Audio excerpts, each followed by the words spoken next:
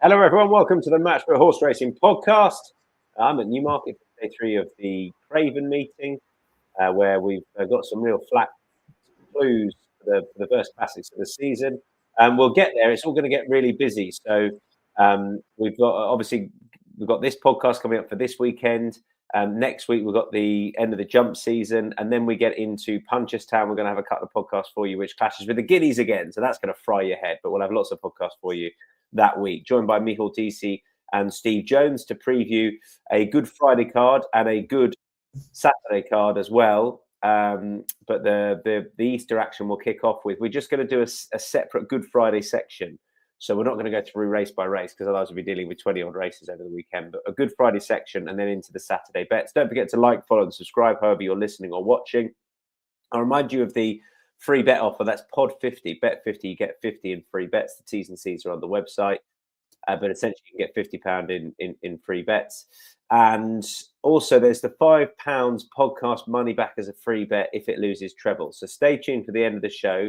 We're going to put up a horse each. So 3 horses. You can treble those up if you want to do your own treble. But it's for newer existing customers, £5 podcast money back as a free bet if it loses treble. So you place your treble. If it doesn't cop, you get your money back. There you go. Right, Steve Jones, you've got a good few for Good Friday. So the floor is yours, sir. We've got a few going up between Newcastle and Lingfield. Take us through them.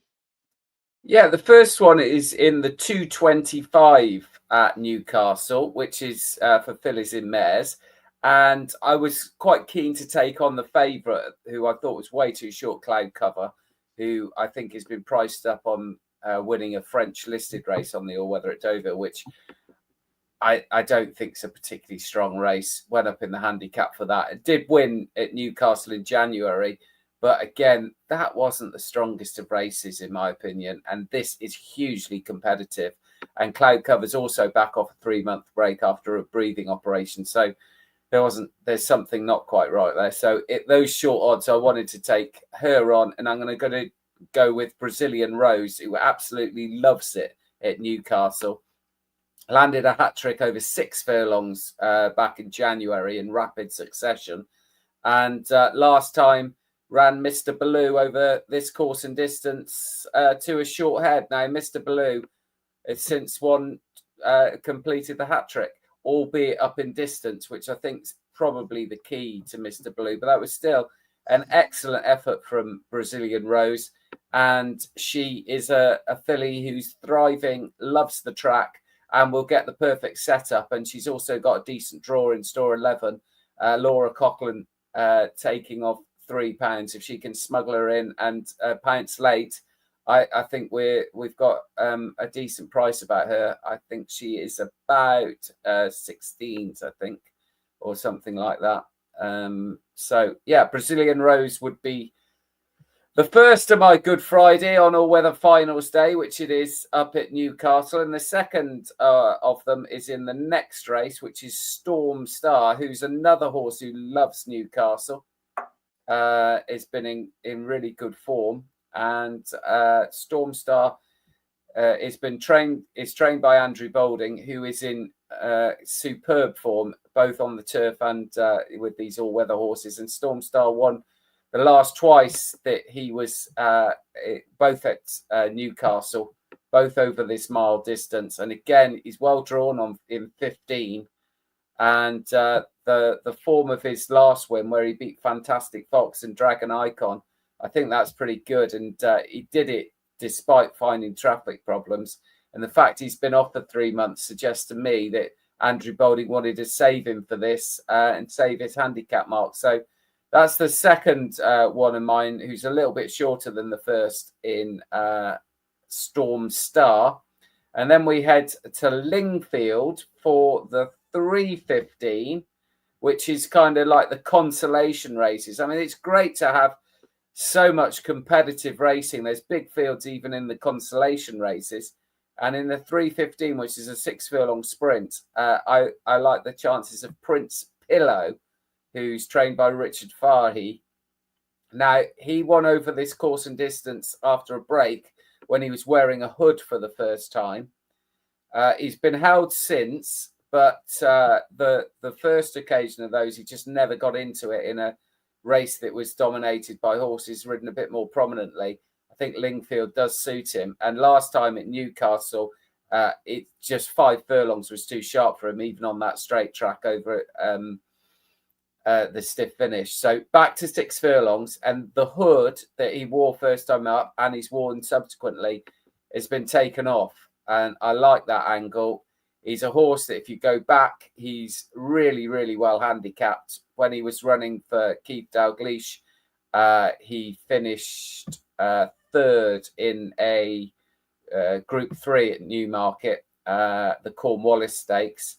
And he shows he's good on the all-weather. So I really like Principillo, and he's quite a nice price. I think he's about 8 or something like that. And the next and final of my quartet. If you're all still with us, stay with us, everyone. We've got this. Well, There's one more to come. I thought we were all doing it. I thought we were all doing Good Friday, but it only seems it's me.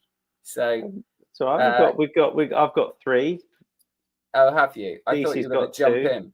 That's right. Go on. Your last one, Steve. Your last one. And this is good. Go on. And this is named after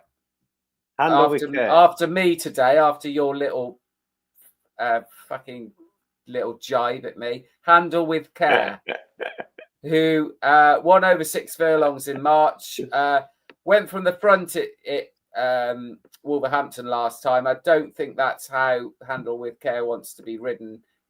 Just behind the pace and then pouncing at Lingfield previous to that. So Handle with Care, who's quite unexposed, and I think is another one who is been primed for this. And I think the step up to 7 furlongs definitely going to suit Handle with Care.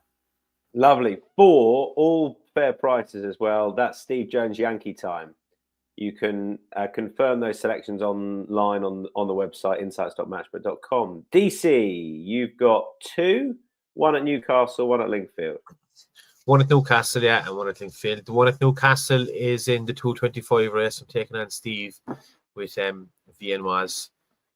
This is her 4th run for David O'Mara. She was with Archie Watson last year and had some good form on the all-weather before running in the Sandringham. Moved stables over the winter and has finished. She finished 4th in the qualifier for this after going wide a long way and just fading out of it at the end, but has been beaten 3/4 of the length and a neck in her last 2 runs over the last 2 weeks. They've put cheek pieces on her now to sharpen up a bit. I just think that if they can kind of settle her a bit and get her finishing out her race a bit better, she's a good win place bet there. She's about 15.0, so she's a big price. And the other one then is Cephalus in the 205 he's in. 205, yeah. So if you remember this time last year, he went on a run. I think he picked up a hat-trick and he won at the all-weather at Lingfield last year. He won the mile race, the Vase, the rest and 240 this year. But he won that by 3/4 of the length, but he was incredibly well handicapped at the time. He looked like he'd keep going, to be honest. He jumped from winning rate of 66, then he ran off the Vase off 81 and still won handy enough. I'd say all roads have been leading back to that race again since that. He hasn't really. He's won a race now last, and before that, then he was running no kind of race at all. I'd say they were getting the handicap marked down. He arrives here now rated 83. He's gone up in distance, almost small. He's gone up in distance 2 furlongs, but I think that'll be fine. I think he's a big price to do a repeat what he did last year. He's about 10.0. All right, and my 3, first of all, they're all in Newcastle. First of all, over 6 furlongs in the sprint. That's Diligent Harry, who's got blinkers on. Rossa Ryan and Clive Cox teaming up. Rossa rode the horse last time, ran okay at Southwell. But I like the blinkers for the horse. He's a previous course and distance winner. And just on his day, like he's knocking on top level company. I think on his day, he's really smart. Now, he's definitely saves his best for a synthetic surface. He's got a really good record here. Likes the track, and I think the blinkers are just, well, I'm hoping they just eke out a little bit more because he's pretty forward-going sort. Sticking those on, I thought back in handicap company off 108, he was a fair go. He's definitely capable of this sort of mark, and he could be backed at around about 7.0. So that's a bit of a hiding to nothing as far as a win place bet goes. In the Easter Classic, I like Old Harrovian. I just really taken with what the horse did over course and distance last time. Obviously, that was a little while ago. They'll have run the horse there and then backed off for this race. This is the obvious target off the back of that. He needed to win that impressively to be considered for this, but did and won it really nicely. And obviously, the yard could hardly be in better form. I know he's 6 now. He's still relatively lightly raced for his age, and I think he's still got a good bit of upside off a mark of 98. And he was really good over course and distance last time. And then finally, just won a dart at a price is Tuco Salamanca in the 150 at Newcastle. This horse is a course winner. He's a hold-up type, and I think back in distance with a tongue tie on. Something obviously wasn't right at Southern last time. Maybe it was a quick turnaround. It was only 3 or 4 days after the success here over 7. Now, he stays further, but there's a lot of pace on here, and he looks more exposed perhaps than some of the 3-year-olds in there, but he's not on the trip. Hold up ride off a really strong pace. He's about 21.0. I thought he was too big for a trainer I really rate coming into this season, Ollie Sangster. So those are my 3 on Good Friday. You can head to insights.matchbook.com for a recap of all of those. Then we get into the Saturday fair. So first of all, the Royal Mile Handicap 150 at Musselburgh kicks off the ITV action. I don't know how we've all come up with the same horse, Wiltshire Lad, but Deasy, I'll let you lead off. I presume it's the same reason. Look, this horse has moved to Andrew Balding from Michael Stout. Andrew Balding is in very good form, as you may have heard already. Look, he had 4 runs there last year. I suppose his best win, his only win came on the all-weather in Sutherland in October, but he had a good run there behind Sigalazzo in Chester. Finished a length and a half behind him, but he was from a wide draw, and Sigalazzo is now rated in the 90s. So just through that form, there's probably a bit of improvement there. Look, Andrew Balding has done so well at the start of the season. He could probably run the dog in a race and to beat a few horses. He's if he can get any kind of improvement in this lad, he could be very well handicapped off 83. Yeah, I do like the angle of it's weird saying I like the trainer switch, obviously, because Smichaelstadt is an absolute legend. But, Balding's, I think he's won with the first up in these colours from the yard already this year. And I think the point being, they are just ready to roll first up this season. They're ready to go. And I think there's probably an element of trying to hit the ground running with them. So Tranquil as well is another one that he got first time out to win. So that was impressive. So I thought 9.0 was a really good price. Steve? Yeah, exactly that. The switch from Stout to Balding seems to have improved a couple of the horses, albeit they're well-bred horses open to improvement. But Wiltshire Lad is exactly the same, who made his debut at Doncaster behind New Century, who went on to be is now a stablemate, because Andrew Balding trained New Century to win a Grade 1 in America. And the horse that finished 3rd in that race on debut was Field of Gold. So that form hasn't worked out too bad. And Field of Gold, obviously, hot favourite for the Guineas now. And after that, things didn't go particularly well. Didn't get the cleanest of starts at Chester in a race where the winner made all. And then again at Yarmouth was hampered at a crucial stage before winning on the all-weather. I think this horse has the potential to be really well handicapped. I think his price will absolutely collapse. He's 9 at the moment, and I would not be at all surprised if he went off that price. All right. Tom says, I like waiting all night, 3 p.m. at Newmarket today. Back on last winning Mark loves the track. Thank you for that. Good luck if you're playing at Newmarket today. Worth keeping an eye on. I find this time of year on the flat difficult, to be completely honest, and try and keep my hands in my pockets. Nothing for me or Steve in the 205 at Haydock, 2 mile handicap hurdle. But DC, you've got one. Yeah, tentative enough selection. I like Bluegrass for Stuart Edmonds. This horse has won 3 times this season.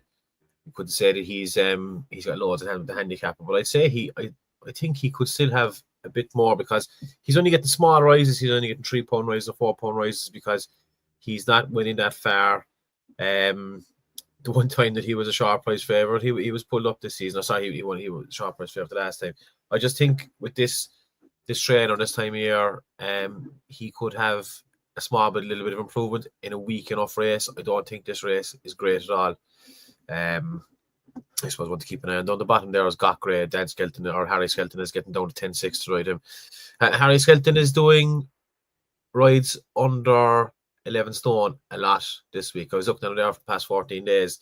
I think for the last month there was only 1 or 2 rides that he rode less than 11 stone, and the last 2 or 3 days he's done it 3 or 4 times, including that risking the ground that one the other day. So that's something to keep an eye on. He's doing the lightweights to try and give himself a chance.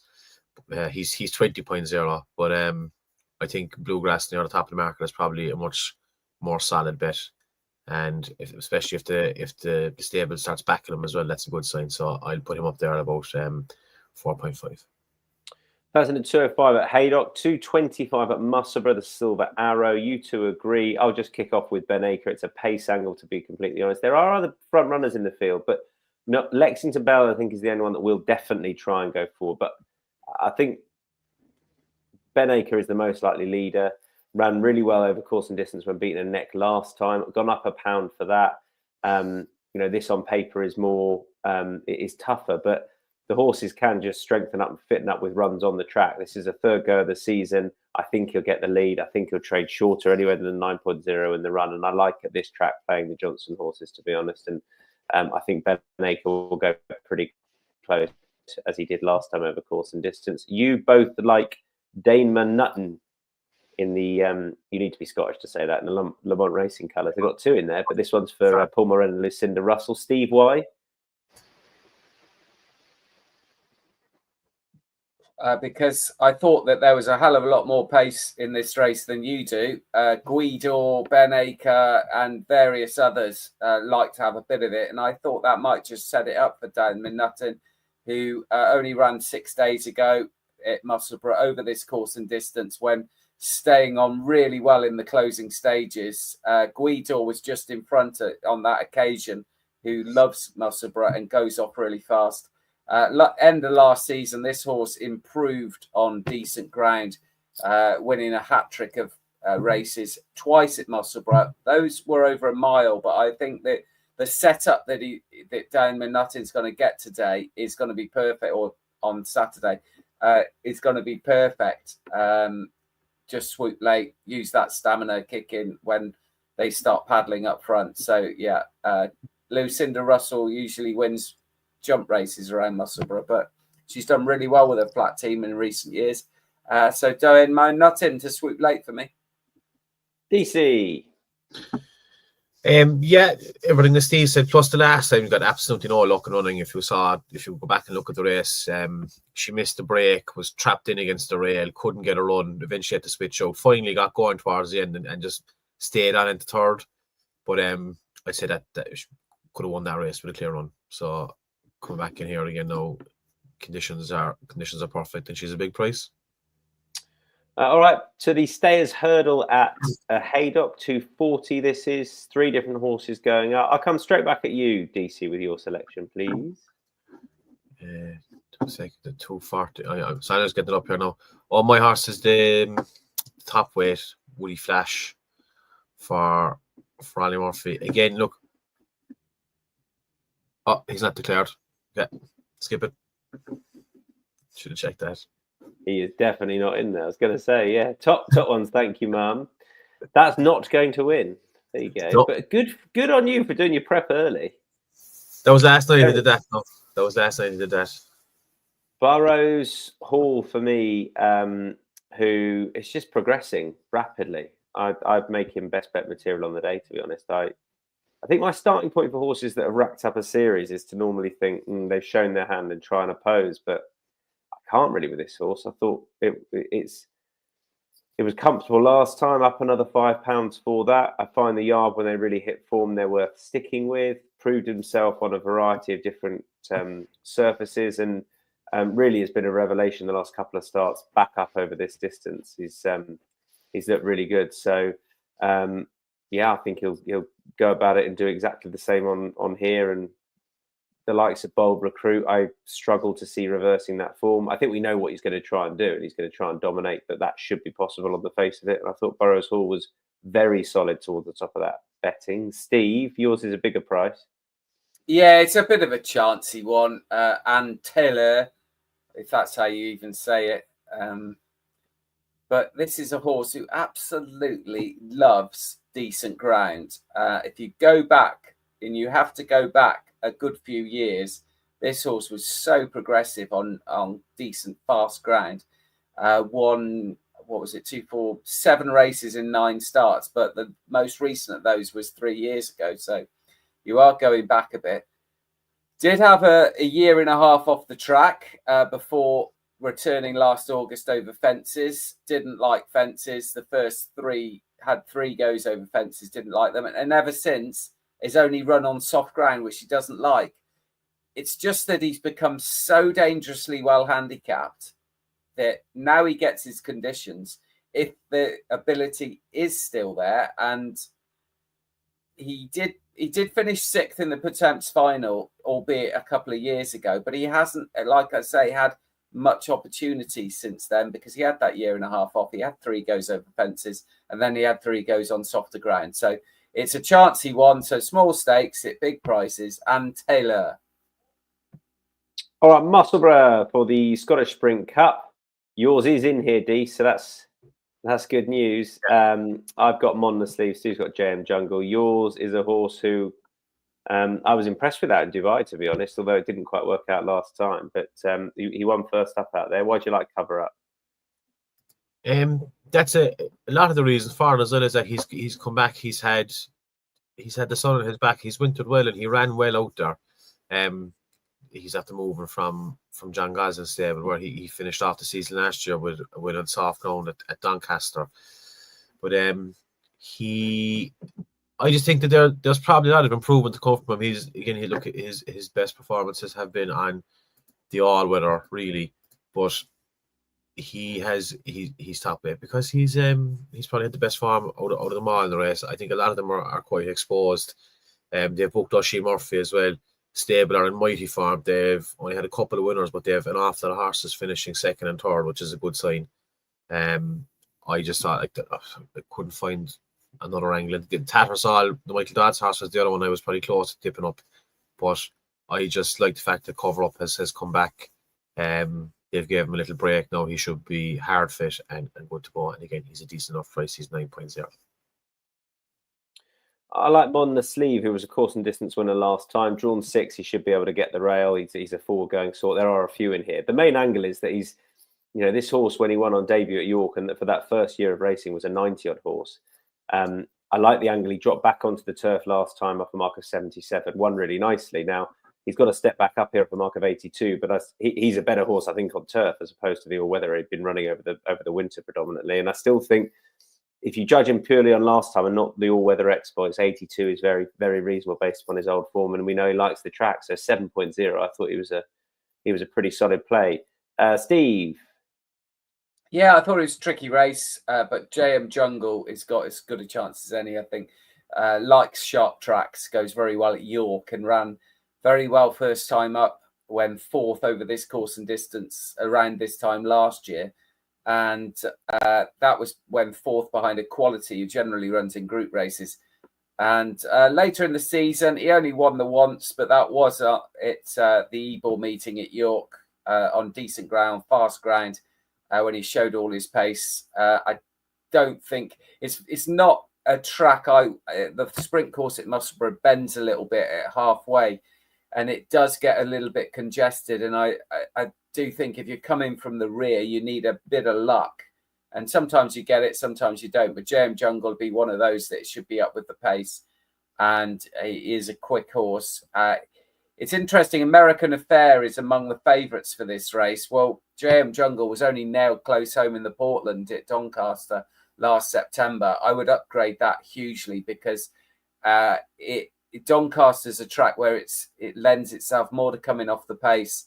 And it was 5 furlongs, 143 yards, which is further trip, obviously.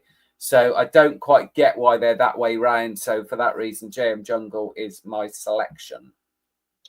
All right, the veterans. I like these races. They're always competitive. 3:15 at Haydock. I like Dubai Days, who's a course and distance winner for Bruce Lynn and Nick Alexander. That was a couple of starts ago. He was fine at Carlisle last time over the distance. The point about him isn't necessarily that whatever trip he wants between 2.5 and 3, he just wants pace because he closes off the speed. Although on RPRs, he's better at this distance.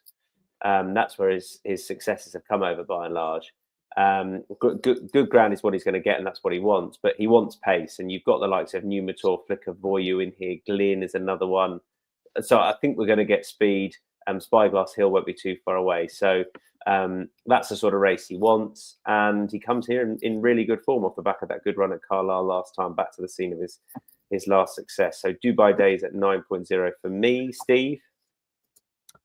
Flick Voyu for me, who used to be trained by Paul Nicholls, is now with up in the north of Henry Hogarth, and is really hit form this season. He missed the depths of the winter, and he did that because he just doesn't like soft ground, and he's only been beaten once in his last 3 starts, and that was at Carlisle on soft ground when he was tailed off. Came back from a break last time, won really, really well at Newcastle, travelled really well. He's still, even though he's gone up in the weights, he's still well handicapped on the form he showed for Nicholls a few years ago. And it's that angle with the ground. He just loves quick ground. He's best at this sort of distance. So for that reason, Flicker Voyu, I think, has got a great chance. DC. Yeah, my bet is my nap of the day, the Micheál, for the Skeletons. He probably doesn't have it at the, I suppose, in open handicaps. He's run well this year, but I thought he's been well handicapped for a couple of years now. But he just doesn't seem to have it again in the open ones. But his only win of the season came in the Veterans Chase at Barlick, where he was very good. He won off 139. Has had 2 runs since at the kind of higher level handicaps. It didn't quite get there. But look, this is a very valuable race. There's nearly 52,000 to the winner. The Micheál will be off for his life today. I'd say he has a right chance. And again, look, he's 14.0. He's a win place bet if you want. But I think he'll win this. I think he's fine on the ground. This is just plenty of these have I'd say no chance at all. I think he's probably got a touch of class to him. And yeah, I think he's a strong bet for this. Steve, big price for you in the last race we're previewing. That's Liber Power in the Queen's Cup. Make the case. Yeah, always look likely to appreciate this sort of distance. And the only time, the furthest he's been over so far was over 1.5 miles at Newbury, the back end of last season on heavy ground. So I'm not going to hold that against him, that he couldn't cope with those conditions. But first time up this season, 1.3 miles at Kempton, which is always going to be on the sharp side. And it was a rough race for that Rosebery handicap, won by his stablemate, Tamesius Fox, in the same colours. Liber Power now gets what I think is his ideal opportunity over 1.6 miles on decent ground, and when they're likely to go hard, or at least likely to get racing very early in the straight, which should set it up for a horse ridden a bit more patiently. Musselburgh is a track over like up to 1 mile. I think it's not easy to come from off the pace, but they do tend to get racing a long way out over this distance, and that might well set it up for Liber Power. And like we say before, Andrew Boulding has his team in sensational form. Okay, I like Wise Eagle at the prices. Still a win bet price, a win place bet price around about 9.0. The key with the horse is 5 from 6 at the track, including winning this in 23. 4 from 11 with a jockey on board, and still feasibly treated, I think, off 103. Comes here in good form off the back of good runs on a synthetic surface, on the flat and on the turf, on the over jumps, and he loves it here. I think he's there absolutely might be something better treated in there, but There's a 14-runner field, win place. I cannot have him out of the 3 for a second, so I think he's a really solid win place bet. Okay, that's the Queen's Cup done. Match bet 0 long shot goes live an hour before each race. You're most likely to get best odds because there's 0 margin, 0 commission, and it's an exchange already. Win bets only. Mine's Tuca Salamanca in the 3-year-old sprint at Newcastle, the 150 on Friday. Steve?